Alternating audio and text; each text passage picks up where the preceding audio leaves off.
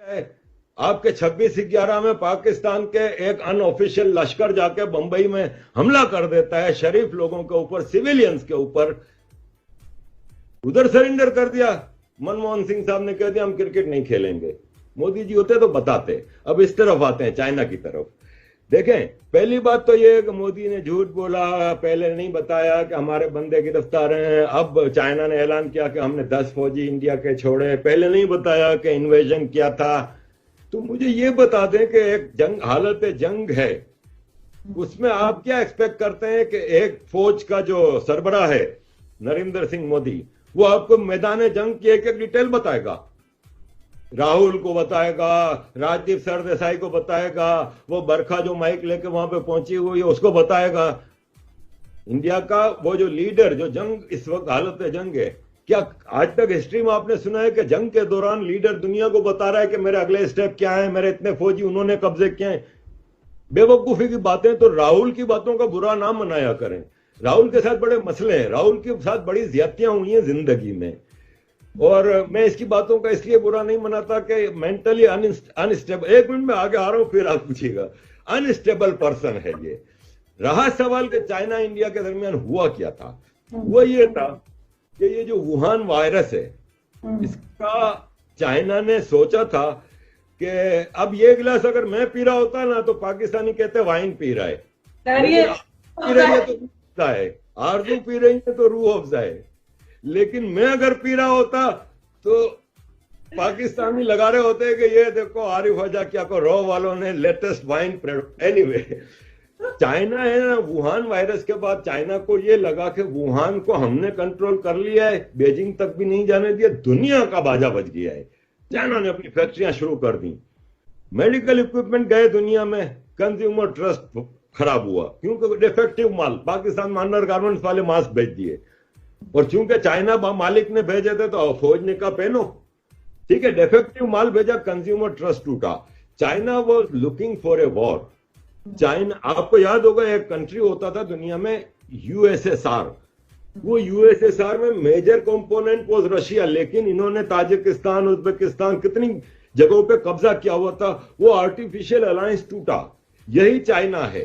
ये चाइना में उगर प्रोविंस जो है वो एक्चुअली ईस्ट तुर्किस्तान है, वो पार्ट ऑफ ओटोमन एम्पायर, ये कब्जे में है। तिब्बत 1949 तक हिस्टोरिकली हमेशा आजाद कंट्री रहा है। यूएन में चाइना की मेंबरशिप मुअत्तल हुई थी क्योंकि तिब्बत पे कब्जा किया था। हांगकांग को 97 में इंटरनेशनल एग्रीमेंट के तहत ऑटोनॉमी हासिल थी, वहां चाइनी फौज ने कब्जा किया हुआ है। मकाओ को भी आजादी मिली थी, ऑटोनॉमी मिली थी। आज मकाओ जम हो चुका है चाइना में। अब चाइना कहता है लद्दाख भी मैं ले लूं। China was looking for a war to divert the world attention. एक तो उसकी अपनी जो प्रोडक्ट्स जमा है उसको रखने की जगह नहीं, दुनिया में अब खरीदार नहीं है चाइना का, चाइना के सामान के खरीदार नहीं, उनकी इकोनॉमी का बाजा बज गया है, उनका बेड़ा गर्क हो गया। घर घर में इंडस्ट्री है, वो सब बंद पड़ी है क्योंकि माल रखने की जगह नहीं है। तो चाइना ने इन्वेजन किया इंडिया के एरिया में। कहां पे? लद्दाख के पास एक दरिया है गलवान वादी में, उस दरिया के उस तरफ चाइना है, लाइन ऑफ एक्चुअल कंट्रोल, और इस तरफ इंडिया है। चाइना ने दरिया के किनारे तक पहाड़ में पूरे कंस्ट्रक्शन की हुई है, अपनी पॉकेट्स बनाई है, हाईवेज बनाए हैं, सप्लाई के रूट। इंडिया ने नहीं किया था आज तक। पूरा पहाड़ी इलाका है, कोई सड़क नहीं, कोई कुछ नहीं, पूरा इंडिया के एरिया में जब मर्जी आती थी चाइनीज इन्फिल्ट्रेट अपने पाकिस्तानी टेररिस्ट भेज दिए, ये कर दिया वो कर दिया, वो बड़ा सेफ रास्ता था। नेहरू साहब ने 2-3 बार, राहुल गांधी के परदादा ने, परनाना ने 2-3 बार कोशिश की, लेकिन चाइना ने पंगा लिया तो बुजदिली से वापस पीछे हट गए, वहां पे कुछ नहीं हो रहा था। ये नरेंद्र मोदी माजी के इसी कांग्रेस के ब्लंडर्स को करेक्ट कर रहे हैं डोमेस्टिकली।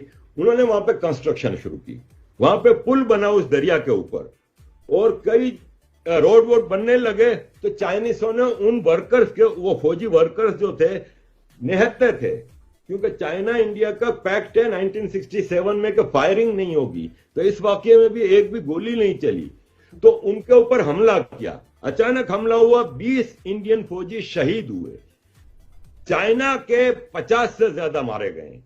इंडियनों ने भी फिर भरपूर जवाब दिया इस अचानक हमले का, भाग गए, ये नहीं बढ़ेगी आगे। चाइना इस वक्त किसी से जंग अफोर्ड नहीं कर सकता। हाँ, एक मोहल्ले की जो भाई नहीं होती, जो मासी होती है, जो सबके घर में जाके लड़ाती है, सब कुछ करती है, एक हर मोहल्ले में एक पुरानी बूढ़ी होती है, वो पाकिस्तान है। वो कोशिश कर रहा है कि इंडिया से हम तो लड़ नहीं सकते, हमारी तो इतनी औकात नहीं है कि हम इंडिया से कुछ करें। जब भी लड़े हैं तो कभी सियाचिन दे दिया, कभी कारगिल दे दिया, कभी ईस्ट पाकिस्तान दे दिया। तो चाइना को उकसा रहे हैं हम, लेकिन होना वाना कुछ नहीं है। चाइना नहीं लड़ सकता इस वक्त, चाइना जंग अफोर्ड नहीं कर सकता। लेकिन सर उनके तो अपने कुछ पॉलिटिशियंस हैं जिनकी ऑडियो क्लिप जो है वो भी कहीं से रिलीज हुआ है, जिसमें वो कह रहे हैं कि जो कारगिल है वो पाकिस्तान को दे देना चाहिए और लद्दाख जो है वो चाइनीज को दे देना चाहिए।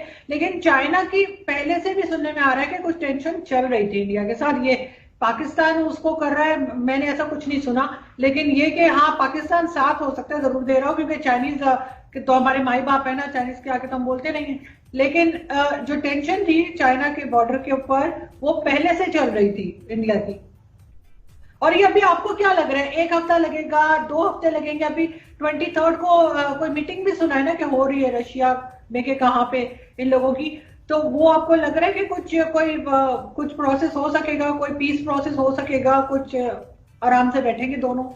जहां तक मैं as an student of these affairs ये समझता हूं कि ये मामला खत्म हो गया है, ठीक है। अब ये आगे क्लैश नहीं होगा। क्यों कि चाइना ने, एक होता है ना कि आप टेम्परेचर नोट करने के लिए एक छोटा सा काम कर लेते हैं, तब देखने के लिए कि क्या रिएक्शन आएगा।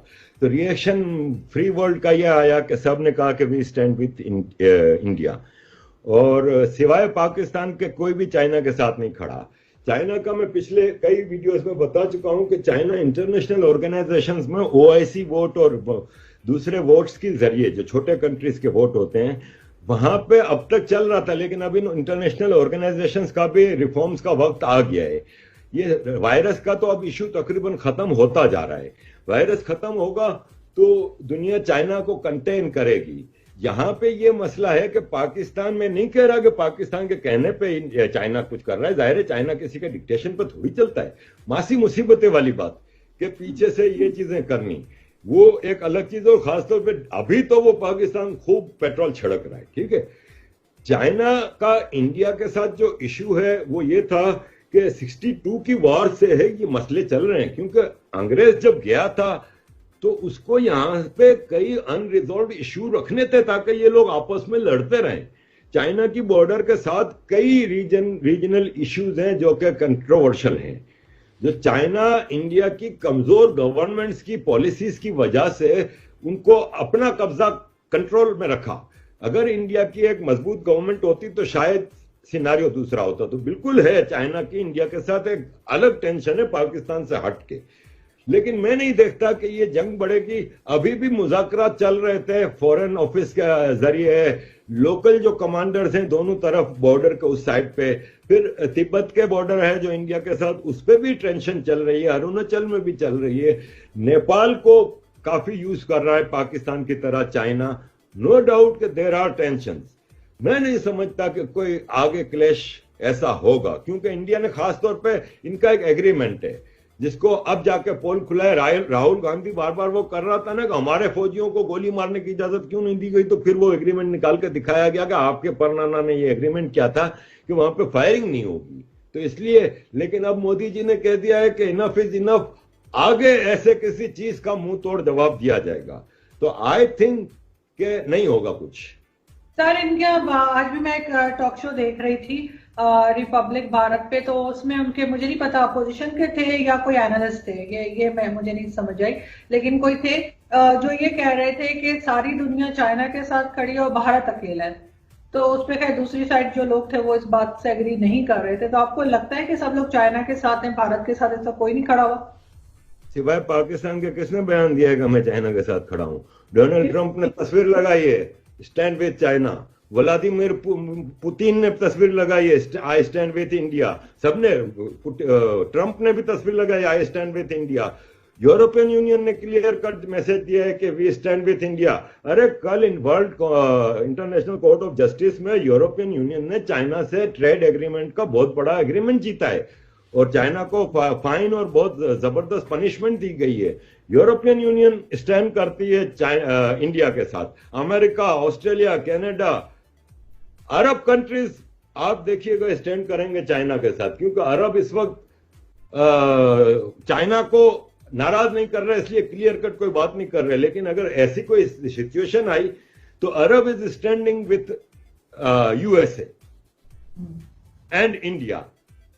$500 बिलियन की इन्वेस्टमेंट है शहजादा मोहम्मद की।